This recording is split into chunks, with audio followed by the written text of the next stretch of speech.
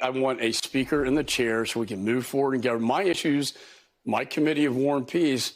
It's too dangerous right now. The world's on fire, and this is so dangerous what we're doing. And most importantly, it's embarrassing because it empowers and emboldens our adversaries like Chairman Xi, who says, democracy doesn't work. That was chair of the Foreign Affairs Committee, Republican Congressman Michael McCaul of Texas. What do you think of what he had to say? I think he's right. I think Chairman McCaul has been right on so many fronts over the past 6 months, including Ukraine, where we hear from the isolationists who want the United States to turn Ukraine over to Russia in the Republican Party. And Michael McCaul, the chairman, has always been strong and forceful, saying not only do we support what the administration is doing on Ukraine, we think they should do more. Think they should send weapons sooner, which, again, that's a good balance, and that's a good debate to have. But here, Chairman McCaul's exactly right.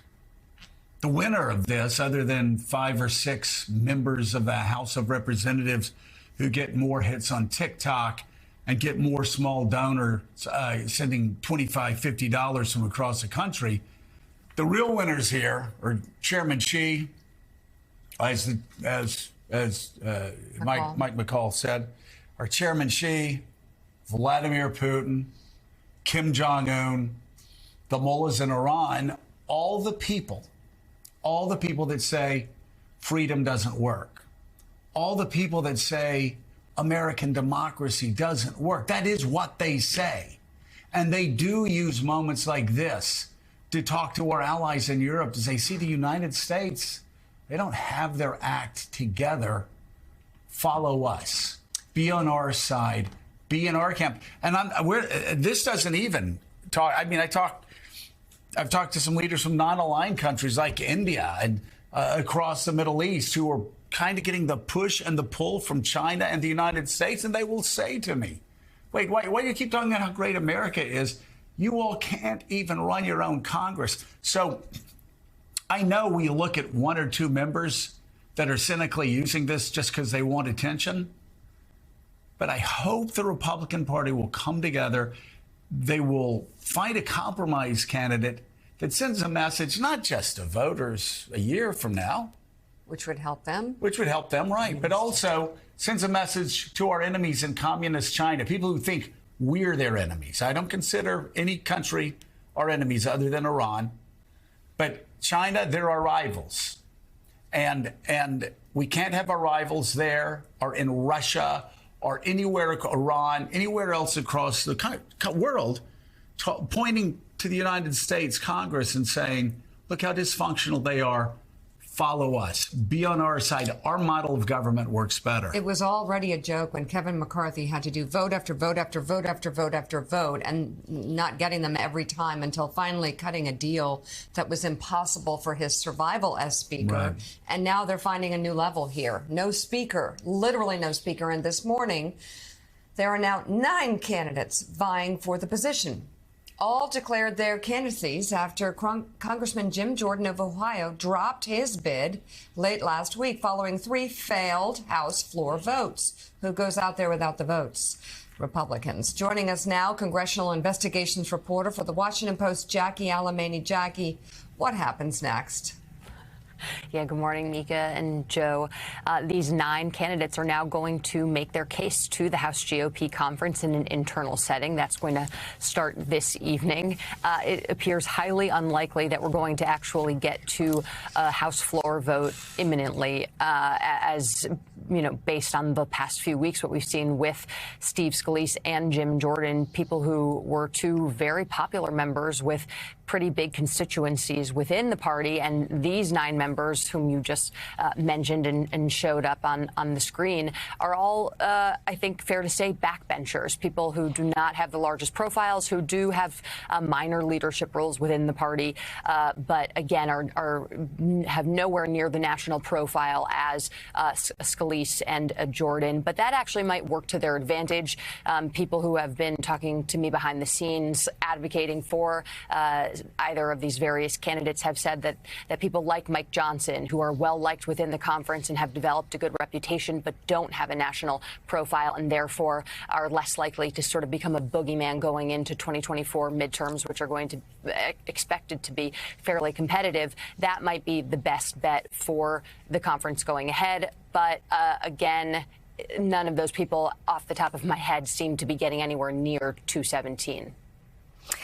Jackie, looking at the tier of candidates now, it does seem a little bit like a Republican debate, the second debate stage, where the next group of finalists, and you know that those people in the Republican debates, of course, are not going to make it to become the nominee. But here, this is really someone from this pool needs to win if the country is going to start to function again. How do you see this playing out over the next few days?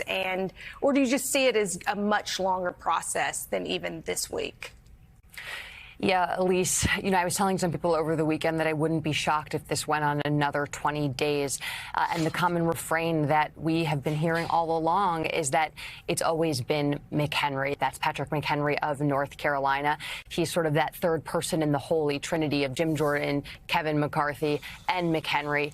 And he is someone who has eschewed trying to be House Speaker. He has said he didn't want to take advantage of the powers as the interim Speaker. He has said that he doesn't think that he has the constitutional right to get any legislation and sort of facilitate that on the House floor. But he is someone that everyone keeps coming back to. And there is a feeling that after we go through what we're about to go through for a few more iterations, another candidate within the party going through the Speaker's cycle and then losing on the House floor, that McHenry is the inevitable option. We had that resolution brought forward by Dave Joyce last week that did gain a little bit of momentum, although not enough to have people support it in that closed-door meeting on Friday where Jim Jordan ultimately bowed out after he failed to win a secret ballot.